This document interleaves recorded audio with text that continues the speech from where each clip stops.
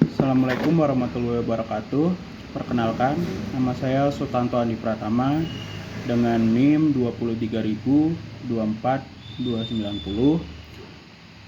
Saya dari kelas D. Pada kesempatan kali ini, saya akan membahas tentang 3 paradigma utama dalam kriminologi menurut Simeka dan Lee, yaitu ada paradigma positivis, paradigma interaksionis, dan paradigma sosialis. Selain itu, saya juga akan menambahkan beberapa paradigma tambahan dari ahli lain, serta membandingkan perbedaan mendasar antara paradigma tersebut dan memandang fenomena kejahatan. Sebelum masuk pada paradigma, kita perlu memahami terlebih dahulu apa itu kriminologi menurut Simeka dan Lee. Menurut mereka, kriminologi adalah ilmu yang memahami kejahatan secara komprehensif, baik dari segi pelaku, korban, maupun masyarakat. Artinya, kriminologi tidak hanya melihat kejahatan sebagai tindakan melanggar hukum semata, tetapi juga sebagai fenomena sosial yang kompleks.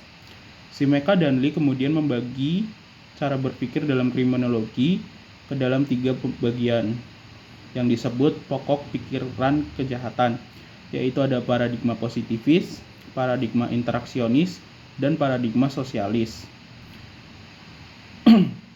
Ketiga paradigma ini mencerminkan cara pandang yang berbeda dalam menjelaskan mengapa seseorang berbuat jahat, bagaimana masyarakat bereaksi terhadap kejahatan, serta bagaimana hukum menanggapi perilaku kriminal. Yang pertama ada paradigma positivis. Paradigma ini merupakan pandangan klasik yang sangat berpengaruh dalam sejarah kriminologi. Menurut paradigma ini, kejahatan adalah sesuatu yang nyata, dapat diukur, dan memiliki penyebab yang dapat diteliti secara ilmiah. Tokoh-tokoh utamanya antara lain yang pertama ada Cesare Lombroso, kedua ada Enrico Ferri, dan yang terakhir ada Raffaele Garofalo. Lombroso misalnya menganggap bahwa pelaku kejahatan adalah born criminal atau penjahat sejak lahir. Ia percaya bahwa ada ciri-ciri biologis tertentu yang menunjukkan kecenderungan seseorang untuk melakukan kejahatan, seperti bentuk tengkorak, ukuran rahang, atau ekspresi wajah tertentu. Paradigma positivis kemudian berkembang lebih luas, tidak hanya melihat faktor biologis, tetapi juga faktor psikologis dan sosiologis, seperti lingkungan keluarga, pendidikan, dan juga kondisi ekonomi. Ciri khas paradigma positivis adalah pertama, berorientasi pada determinisme, artinya perilaku jahat ditentukan oleh faktor-faktor di luar kendali individu. Kedua, menggunakan metode ilmiah empiris dalam meneliti kejahatan. Dan ketiga, fokus utama pada pelaku, offender, dan penyebab perilaku kriminal. Dalam praktiknya, paradigma ini banyak mempengaruhi kebijakan kriminal modern, seperti rehabilitasi, tes psikologi, dan program pembinaan narapidana. Namun, paradigma ini dikritik karena mengabaikan konteks sosial dan reaksi masyarakat terhadap kejahatan. Ia terlalu fokus pada apa yang salah dengan individu, bukan apa yang salah dengan masyarakat. Yang kedua ada paradigma interaksionis. Paradigma ini muncul sebagai kritik terhadap positivisme. Menurut pandangan ini, kejahatan tidak bersifat objektif, melainkan merupakan hasil dari proses sosial dan interaksi antar manusia. Artinya, kejahatan didefinisikan melalui reaksi masyarakat terhadap suatu perilaku, bukan dari perilakunya sendiri. Tokoh utama dalam paradigma ini antara lain yang pertama Howard Baker, Edwin Lemert, dan Erving Goffman. Howard Baker dalam teorinya, labeling teori, mengatakan bahwa penyimpangan bukan berasal dari tindakan, tetapi dari reaksi sosial terhadap tindakan itu. Yang contohnya ada seseorang anak yang mencuri makanan karena lapar, mungkin tidak dianggap jahat di lingkungannya yang miskin, tapi bisa dianggap kriminal jika dilihat dari hukum formal. Artinya, di sini status sebagai penjahat muncul karena pelabelan masyarakat atau negara. Ciri khas paradigma interaksionis adalah yang pertama, menekankan pada proses sosial dan makna subjektif. Yang kedua, ada fokus pada interaksi antara perilaku dan masyarakat. Dan yang ketiga, menganggap kejahatan sebagai produk konstruksi sosial, bukan fakta ilmiah, fakta alamiah. Paradigma ini berkontribusi besar dalam memahami stigmatisasi, proses labeling, serta bagaimana institusi sosial seperti media dan aparat hukum membentuk citra penjahat di masyarakat. Selanjutnya, yang ketiga ada paradigma sosialis. Paradigma ini, menurut Simeka dan Lee, adalah paradigma yang sering disebut juga sebagai paradigma struktural atau radikal.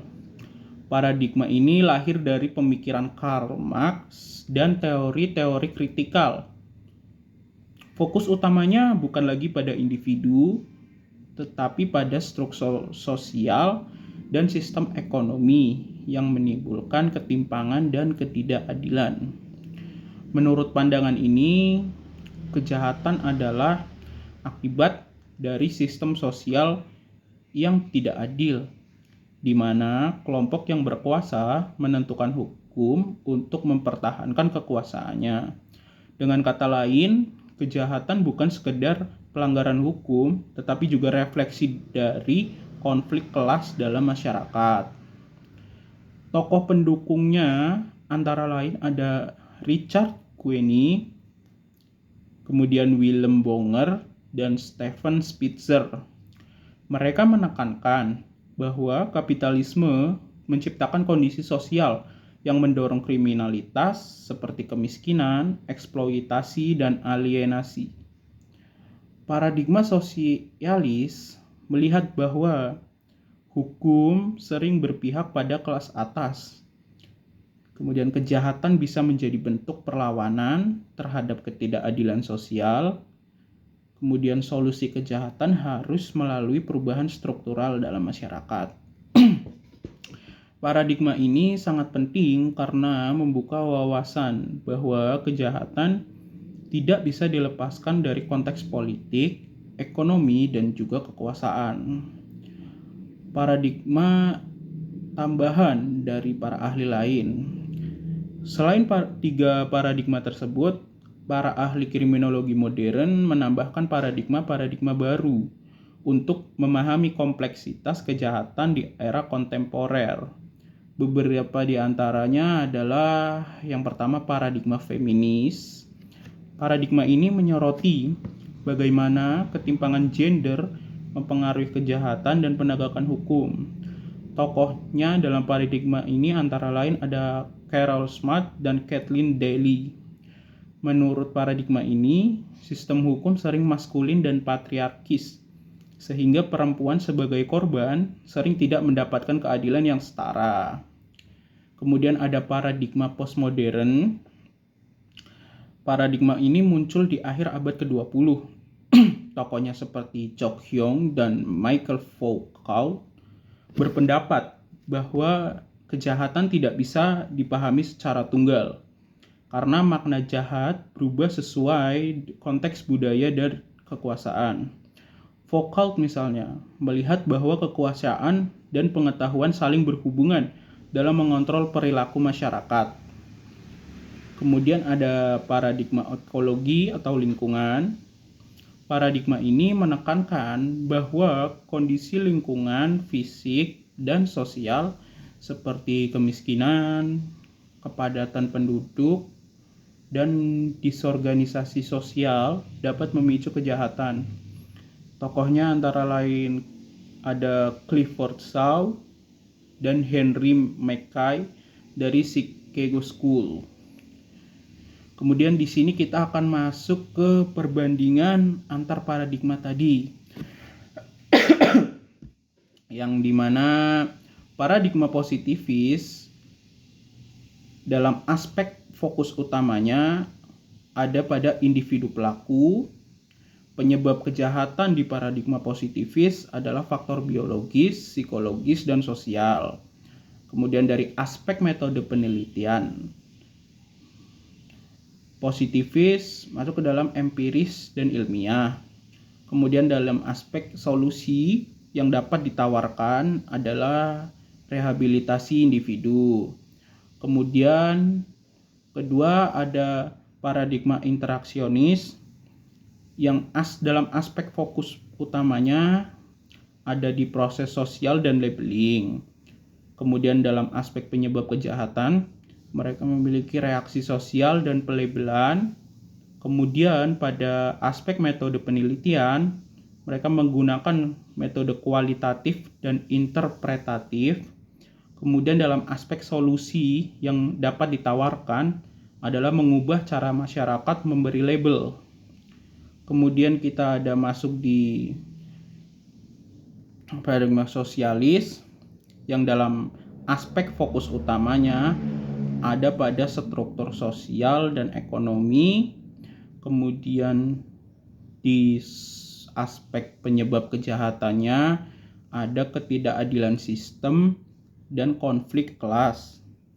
Kemudian kita masuk pada metode penelitian, ada analisis struktural dan kritikal, dan juga masuk ke dalam aspek solusi yang dapat ditawarkan, yaitu reformasi sistem sosial ekonomi. Kemudian ada paradigma feminis yang ketika masuk dalam aspek fokus utamanya, mereka fokus pada ketimpangan gender. Ketika kita masuk pada penyebab kejahatannya, mereka fokus pada penyebab patriarki dan diskriminasi,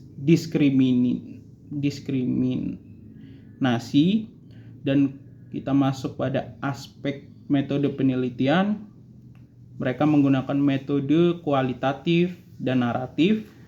Kemudian dalam aspek yang solusi yang dapat ditawarkan, mereka ada kesetaraan gender dan ketidakadilan sosial. Kemudian kita masuk pada paradigma postmodern yang dalam aspek utamanya, aspek fokus utama mereka adalah relativitas makna dan kekuasaan.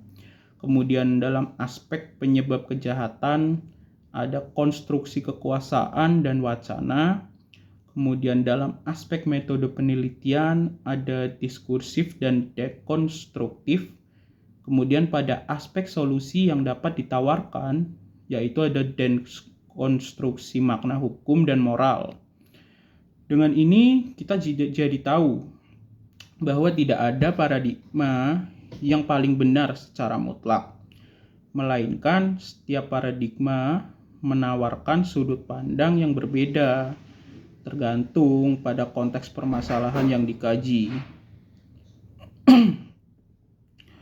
Dari sini kita dapat menyimpulkan bahwa Simeka dan Lee membagi pemikiran kriminologi ke dalam 3 paradigma utama, yaitu positivis, interaksionis, dan sosialis, masing-masing dengan fokus yang berbeda. Yaitu ada yang pertama ada paradigma positivis yang melihat kejahatan dari sisi ilmiah dan individual. Kemudian ada paradigma interaksionis melihat kejahatan sebagai hasil interaksi sosial dan proses pelabelan. Kemudian paradigma sosialis menyoroti ketimpangan dan konflik sosial sebagai akar kejahatan. Kemudian ada paradigma feminis dan postmodern yang memperluas perspektif kriminologi dan dengan memasukkan isu gender, kekuasaan, dan relativitas makna. Memahami berbagai paradigma ini penting agar kita tidak melihat kejahatan secara hitam putih. Kejahatan bukan hanya soal pelaku dan korban, tetapi juga soal struktur sosial, budaya, dan kekuasaan yang membentuk perilaku manusia. Mungkin itu saja dari penjelasan dari saya tentang beberapa paradigma ini. Sekian, Assalamualaikum warahmatullahi wabarakatuh. Terima kasih.